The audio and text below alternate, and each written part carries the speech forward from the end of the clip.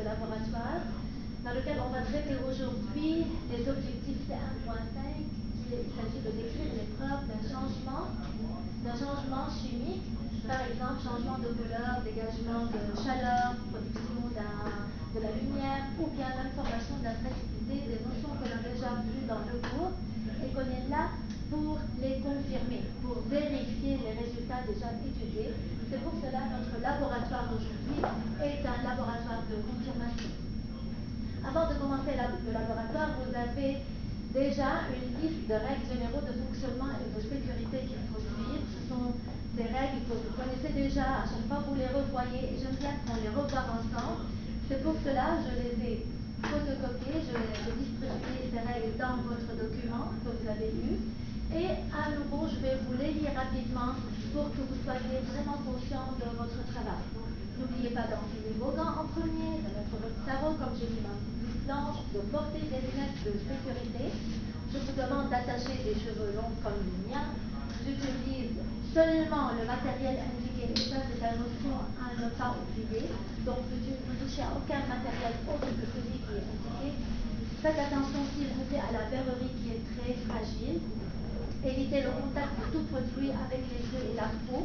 Et si jamais il y a un contact de ces produits avec votre peau, rincez immédiatement et abondamment avec de l'eau. En cas de n'importe quel accident, n'oubliez pas de m'informer ou d'informer l'assistant qui est là pour vous aider. Nettoyez rapidement tout produit que vous pouvez renverser ou qui sera renversé accidentellement sur les paillages. Jetez tous les résidus du travail et nettoyez l'appaillage ou surface de travail quand vous terminez. Lire toutes les consignes et le protocole expérimental qui est dans votre document avant de commencer le travail. À part ces règles de fonctionnement qui sont généraux, je vous propose quelques règles qui se rapportent directement à l'expérience. Donc, à part de lire les consignes et le protocole expérimental, si vous voulez travailler par équipe de 3 à 4, manipulez très délicatement avec grande précaution l'hydroxyde de sodium et la solution d'eau oxygénée qui sont des solutions un peu dangereuses car elles peuvent provoquer et causer de graves brûlures. Conserver le reste des solutions produites au laboratoire parce qu'elles peuvent être utilisées ultérieurement. Maintenant, comment exécuter le travail ici? Dans cette expérience, vous avez à manipuler avec un seul appareillage qui est la balance de précision. Son utilisation est tellement facile, mais vous avez à bien tarer la balance pour effectuer les pesées. Pour cela, en premier, vous devez la placer sur un support solide et stable, car tout mouvement ou toute vibration peuvent vous donner des résultats erronés. Donc, je la place sur un support solide et je la mets en fonction en appuyant sur le bouton On-Off, comme vous voyez ici. Vous allez par la suite tarer la balance à 0, donc vous mettez 0, et vous vous assurez que vous voyez l'unité de mesure de pesée qui est ici le gramme. Si vous désirez changer l'unité de mesure, vous n'avez qu'à appuyer sur Menu, puis vous sélectionnez l'unité que vous voulez en appuyant sur les flèches de haut et de bas ou bien de côté. Une fois que vous faites ce travail, vous sélectionnez la mesure que vous voulez, l'unité de mesure désirée, vous faites sur Enter et vous retournez sur Menu pour voir l'écran.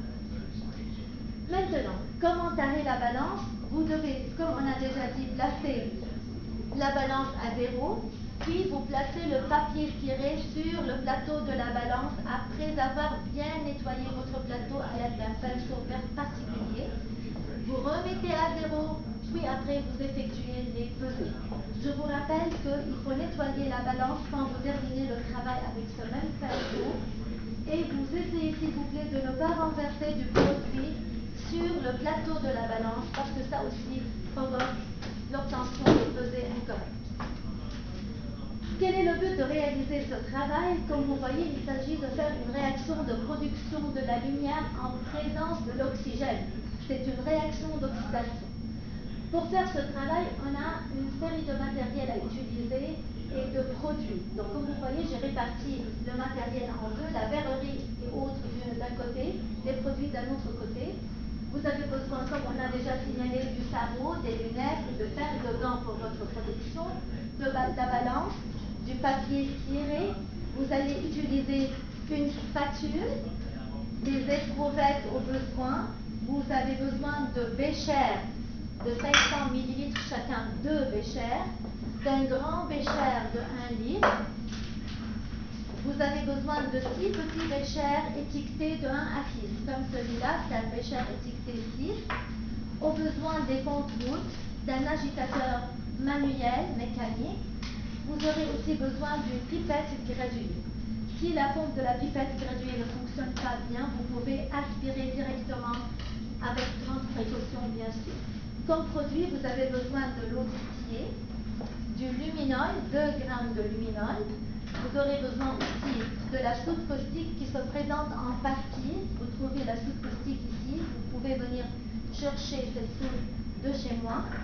Vous utilisez aussi 20 g de ferricyanure de potassium, l'eau oxygénée à 30%. Et je vous rappelle qu'il faut bien manipuler avec précaution avec ces produits. Donc, vous aurez besoin de diverses solutions fluorescentes comme le bleu de méthylène, l'émulsine.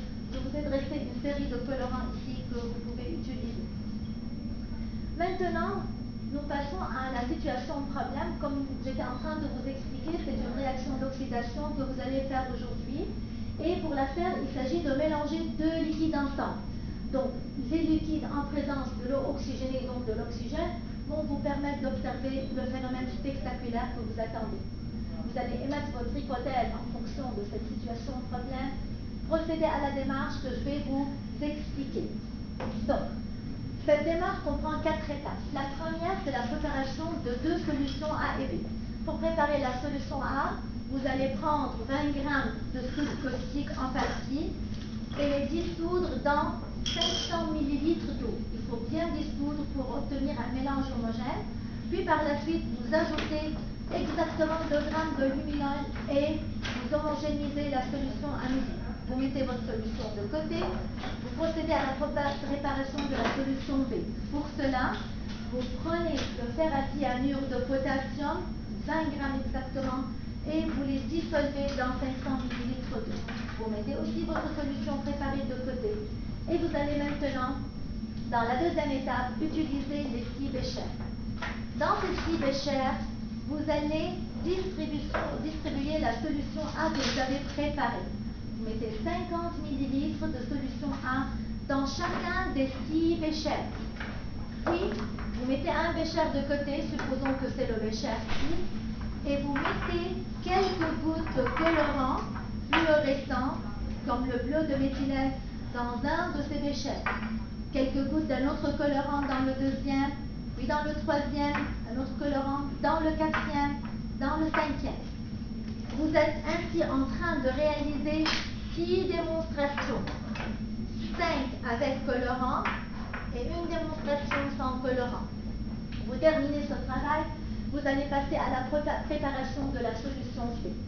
Donc maintenant, vous utilisez le bécher de 1 litre dans lequel vous allez placer 300 ml de la solution B déjà préparée et vous allez lui ajouter 3 ml d'eau oxygénée. Vous agitez comme il faut avec l'agitateur mécanique, le voilà, vous remuez, vous agitez pour bien mélanger. Je vous signale une remarque très importante. Normalement, pour chaque démonstration, on a besoin de 50 ml de solution B et de 0,5 ml d'eau oxygénée. Mais puisque j'ai 6 démonstrations à faire, je multiplie cette valeur de 50 par 6 et 0,5 ml aussi par 6. Donc, comme on l'a dit, les quantités dépendent du nombre de démonstrations que vous allez faire. Après avoir préparé la solution C, vous allez verser de cette solution C 50 ml à nouveau dans chacun des 6 béchers et immédiatement vous observez et vous notez vos résultats dans le tableau suivant.